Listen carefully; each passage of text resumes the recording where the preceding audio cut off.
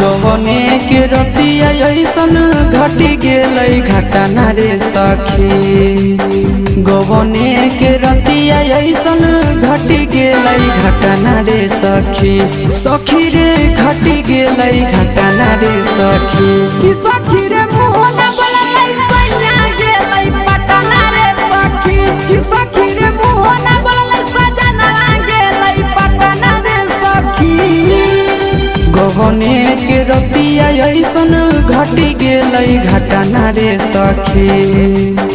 गवने के रतिया ऐसन घटी गेलै घटना रे सखी।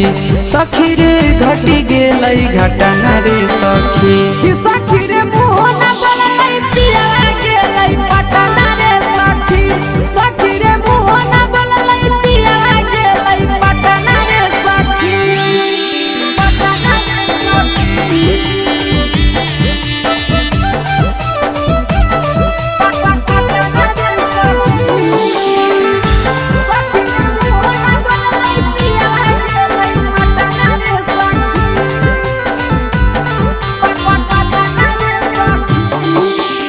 तनियो नहीं डोललै सखी पियावा के मन रे। छोड़ी चली गेलै सखी सोना ऐसन धन रे।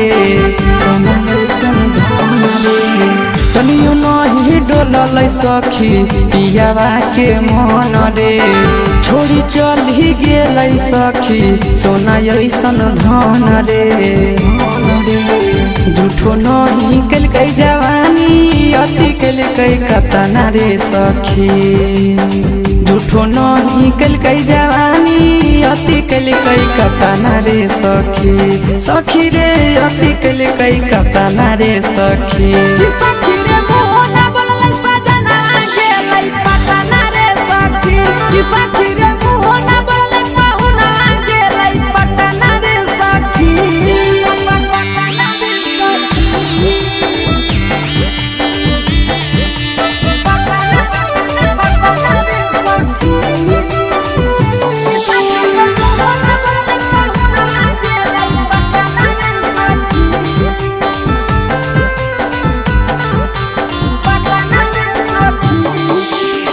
चढ़ली जवानी हमर तरसो है मन रे। तनियो नहीं मोहलै सखी मिथल सनंदन रे।